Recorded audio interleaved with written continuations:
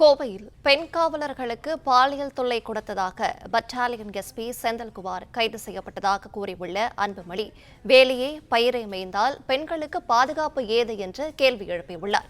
இது தொடர்பான விவரங்களை வழங்குகிறார் செய்தியாளர் பாண்டியராஜன். வணக்கம், விவரங்களை சொல்லலாம். பாமக தலைவர் அன்புமணி ராமதாஸ் வெளியிட்டிருக்கக்கூடிய அறிக்கையில், கோவை புதூரில் உள்ள தமிழ்நாடு சிறப்பு காவல் படையின் 4ஆம் படைப்பிரிவில் பெண் காவலர்களுக்கு தொடர்ந்து பாலியல் தொல்லை கொடுத்த குற்றச்சாட்டின் அடிப்படையில் அதன் கட்டளையாளர் கமாண்டன்ட் செந்தில்குமார் கைது செய்யப்பட்டிருக்கிறார் என குறிப்பிட்டிருக்கிறார்.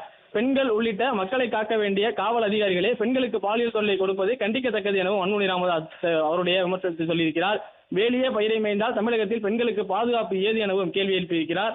நீலகிரி மாவட்டம் கூடலூரில் இருந்து பாலக்காடு செல்லும் அரசு பேருந்தில் கோவைக்கு பயணிக்கும் போது பாலியல் தொல்லை கொடுத்த காவலரை கல்லூரி மாணவி ஒருவர் காலணியால் அடித்து நிகழ்வு நடந்திருக்கிறது.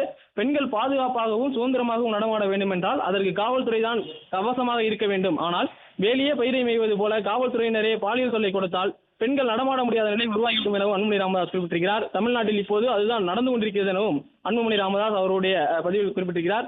தமிழ்நாட்டில் எங்கு பார்த்தாலும் பாலியல் வன்கொடுமைகள் நடக்கின்றன.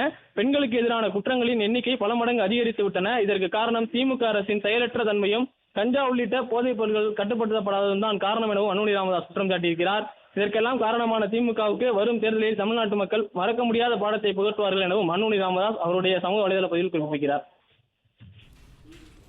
விவரங்களை வழங்கியமைக்கு நன்றி பாண்டியராஜ். பிளே ஸ்டோர் மற்றும் ஆப் ஸ்டோரில் இருந்து பாலிமர் செயலியை QR கோடு மூலம் பதிவிறக்கம் செய்யுங்கள். செய்திகளை உடனுக்குடன் பெறுங்கள்.